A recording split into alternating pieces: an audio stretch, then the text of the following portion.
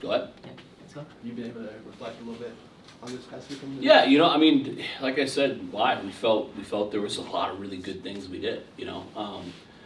That is a really, really good team.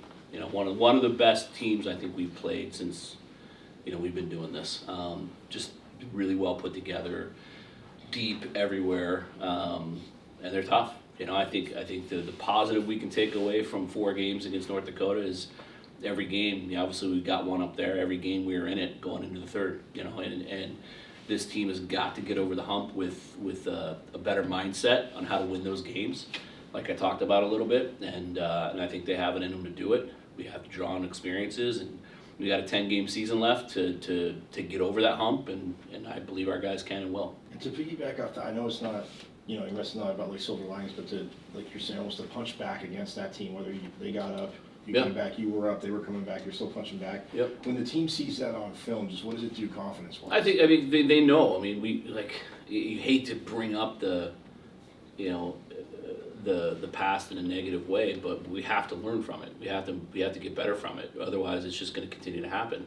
You know, so you know when you have a lead against Penn State both nights, you don't win. You up at North Dakota, the game we lost, we were tied going into the third. Here we're up and we're down 1. You're in every game. You have to find a way to have a better third, you know, and lock it down and be better defensively. And that's all we worked on today. It's all we're going to work on all week, is just polishing up details in the D zone and getting better there. And it's really simple stuff that's very correctable. And when you have some really big guys out like we do, we have guys that just wear so much responsibility on thinking that they have to score for us to win, and they lose sight of the detail on the other side of the puck, you know. And I think that's what happened by and large this weekend. So it's just working with them and learning from it and moving forward. Even without Potter, you guys were able to get 7 goals Yep. over the weekend against a team that averages just about giving up 2 goals a Yep. game. What did you see offensively from all of your lines? It was awesome. I mean, everybody chipped in, and we didn't get a goal from Shimmer Lush all weekend, you know, and we still put up 7. So I think that's a really good sign against a stout defensive team we were able to generate on. We weren't able to keep it out of our net, unfortunately. And it felt like we were trending in such a good direction. You know, after the break, we really focused on the D side of the puck and buying into team defense and erring on the side of defensive posture first. And we did it. You know, we did it really well at Dartmouth. We did it really well in the Desert Classic, and we did it even better against Miami, giving up a goal, you know, in regulation both nights, and then it went to hell in a handbasket against a really, really good team. So we got to get back to basics on that side of the puck, and that's all we've been focusing on this week, and we'll continue to. What do you think about the buy-in being so shorthanded, and after the weekend you had of your guys trying to come back? I think it's incredible. I think the vibe in the room right now is really good. Energy on the ice was amazing today. The guys still believe, you know, and there's no reason not to. There's no reason not to, you know, with the youth we have. You know, I mean, it's this close, you know, but you know what they say about close, you know, it's good for horseshoes and hand grenades, not hockey, unfortunately. So, you know, but it's been that close all year for us. We have to find a way to use these experiences, improve our mindset in the big moments, and get over the hump. We've done it in stretches. You know, CC, we were down 3, we come back and win in a shootout. Ohio State, down 3 in the third, come back and win. So the team has done it. You know, the bounce back against Denver. You know, you get blitzed on Friday night, you turn around the next day, you win. Up at North Dakota, you know, same thing. So we have it in us. We just have to find it more consistently, and that's the I think the challenge you always have with a youthful team is finding that winning consistency, and it starts out here. It starts in practice, and if we bring it every day in practice. And look, we're so, you know, limited right now from a body standpoint that we got to be careful what we do in practice, you know. But we can't. Doesn't mean we can't practice hard. We're practicing hard.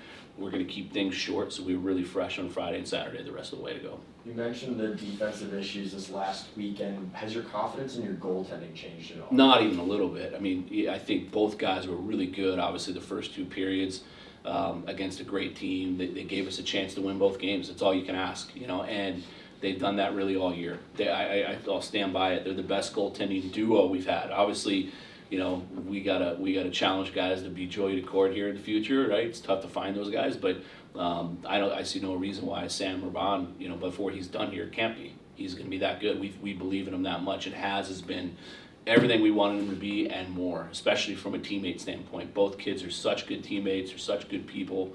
They work hard every day in practice, and they give us a chance to win every night. Do I want to see both guys lock it down in the third more than they did? Of course. They would be the first to tell you that, you know, because they're accountable kids and they want to win and they take so much ownership in what we're doing, that they would probably say, yeah, the third was on me, but it wasn't, right? It was on everybody, and you know, zero waiver on any level in either one of those two kids. They would get it done for us every night. Where would you put them in terms of a league ranking as a tandem? I mean, as a tandem, I don't know if there's not a better tandem. You know, there's not a better 1-2 or 1A, 1B for sure. You know, we have some great goalies in our league, but I don't know. I think that either Hazard or Herbs could start for anybody in the country. Is there any, sort of concern with, you know, how shorthanded your forward group already is and who might be available on a given weekend that you might have to bring anybody else in if another guy goes down? We can't bring anybody in, you know, so no, there's not, you know. I think the under the new rules, once you set your roster, it's locked, right? So, you know, it's 26 plus if you have some designated student athletes that we were able to list, like a Tony Akili and a Chase Ham. They don't count against the 26 cap, but you're locked. Once you're locked, you're locked. If you opt into the house settlement, it is what it is. Where you see some of these other programs, either they didn't opt in and they can add, that's an advantage to not being a part of it, or maybe they didn't max out their roster. Where we were at 25 and then we added Jack Beck late, right? So when we added him, we were stuck for the year. We couldn't add anybody a break, and it is what it is. I think we're very comfortable with where we are, and we have 2D on the back end that we can easily throw up front if we need to, that are very effective up front, and Tucker Ness or Anthony Dowd both could do it if we need them. So we have to stay fluid, but we believe in what we have. You know, I mean, look at, you know, we've had what we've had, and against arguably the best team in the country, and we were right there. You know, we feel like we let one get away from us Saturday. Again, it was lack of detail in the D zone, too many stick penalties, things that are so controllable and so fixable. Do you think this season's going to kind of change your mindset, how you attack the portal now with the 15-day portal that the NCAA just initiated? I don't think so. I think, you know, I know that no matter what happens the rest of this season, what this group has been through and the core that we're bringing back and that will be here moving into the future. I mean, you can see kids taking steps, like Sam Alfano, like the step he took over the last month. I thought he was unbelievable for us this weekend. He was really good Saturday, drove the play every shift, could have had 3 or 4 goals, was really good. You know, guys like that, you know, they're getting so many reps and so much experience. Mello, you know, that kid is going to be a superstar. You know, he's getting his reps, and now we're going to look for guys like Ben Kivan to step up and do more. And the list goes on and on. Logan Morrell is a sophomore. Ty Nash is a sophomore. You know, and Lincoln Keen's going to be back in, and he'll get his reps.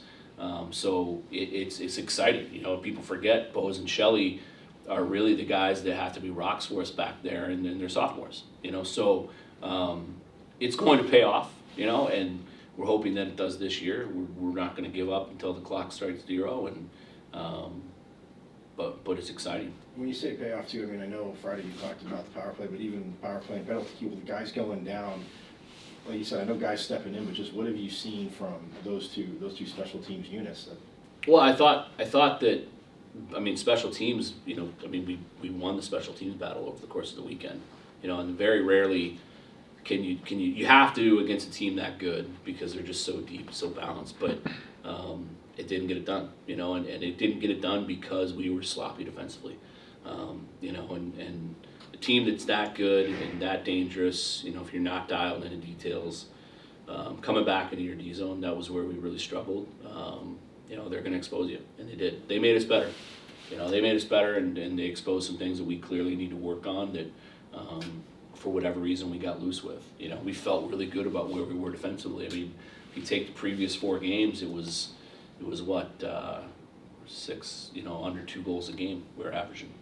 So, we were trending in a really good direction, and then wham, they exposed us, and we got some things to work on. We're working on them. Was there any thought of going into the season being one of those teams that didn't use all 26 roster spots? No, I think that obviously before Jack, obviously that happened, that was going to be what we were going to do. We weren't going to force anything because we knew we could add somebody at the break.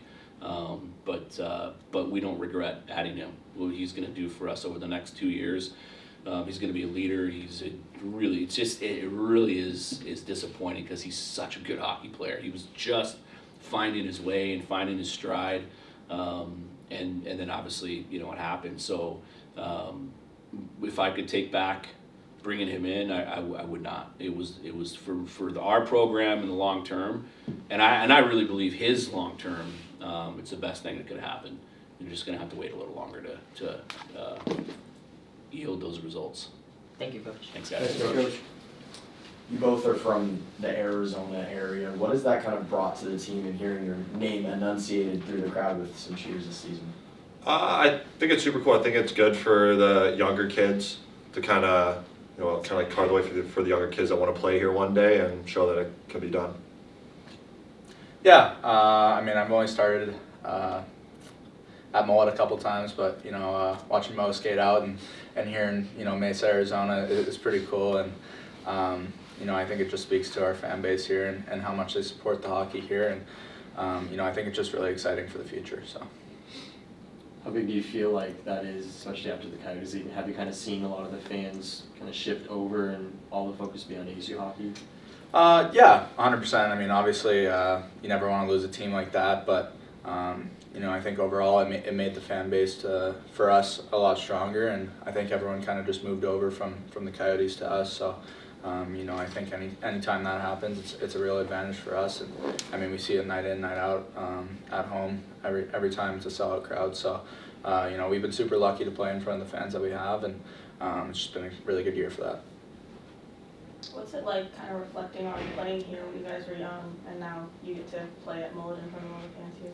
Yeah, it's unbelievable. I know I said this a bunch, but I used to go to games at Oceanside and watching it go from Oceanside to here is pretty unreal. Mullet Arena is probably one of the best arenas in college hockey, I think. So it's great to have the fans there, sold out arena every game. So super fun to play in. You guys mentioned the fans, but what is it like to have your family be able to watch you guys pretty consistently? It's awesome. My family usually comes to every game, and I got my grandparents, I got friends coming as well. So it's kind of cool to have everyone there. Yeah, I think my parents are big supporters, so when they found out I got to come here, they were super pumped, obviously, and I think just having them at every game is really special for me, and getting to see them after the games and having grandparents come in town and watch the games is just it's super special for both of us, I'm sure, and I'm incredibly grateful for it. I believe you two played with each other a little bit growing up, and if not, definitely against each other. What's that been like to kind of reignite that chemistry that you guys had? Yeah, super cool. Like you said, we did play with each other and against each other for a little bit, and me and Ty put on a line together too when we were 15, so I feel like we already kind of had that chemistry and kind of just continued to here. Yeah, and then we live together. We're always around each other, so I feel like that bond is kind of stuck throughout 15s and throughout our career as junior Coyotes. So we stayed in touch throughout the years, and when we both found out we were coming to ASU, it was super exciting for both of us. Is that kind of a selling point from Coach Powers to kind of bring you both here, saying like, hey, your buddy's coming as well? Yeah, a little bit. I think Nasher found out before me, and I kind of knew he was coming here, so I texted him, and we were both pumped. Ty, how's the adjustment been going from up in Canada now to NCAA hockey? It's been a lot different. Obviously we're pretty far into the year, so I feel like I've adjusted pretty well now. But at the start it was definitely a challenge. It's a lot bigger, a lot faster, and even more skilled. So if you want to play in the top league one day, you gotta make it through leagues like these. So just to go out there and try my best every night is kind of what I'm trying to do. What's been the biggest points of emphasis after last weekend heading into the rest of the season? Just a lot of D-zone work. each player knowing where they need to be in the D zone in certain situations and kind of just harping on little things like that. Yeah, just also learning how to close out those big games. I mean, we had a talk just about where we could be if a couple other games went our way, and every game is so important. So every goal is so important, and I think that's just kind of what we're harping on right now. Is everything you do out there it has an effect on our season, obviously, and I think just continuing with that mindset of defensive first is really big for us this weekend. I know both of you are forwards, but how important is it for you guys to stay strong on defense to help out your goaltenders who have given you guys a lot this season?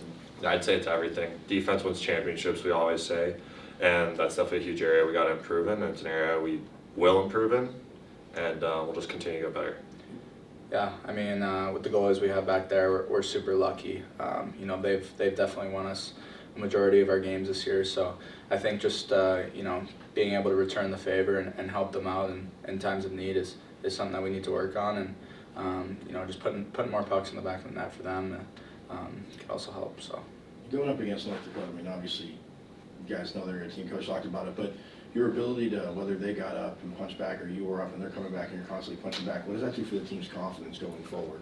I'd say it's huge. I mean, when we keep getting goals like that and when we keep getting big saves like that for Herbs, it just keeps the confidence rolling for us, and it just keeps pushing us to get better.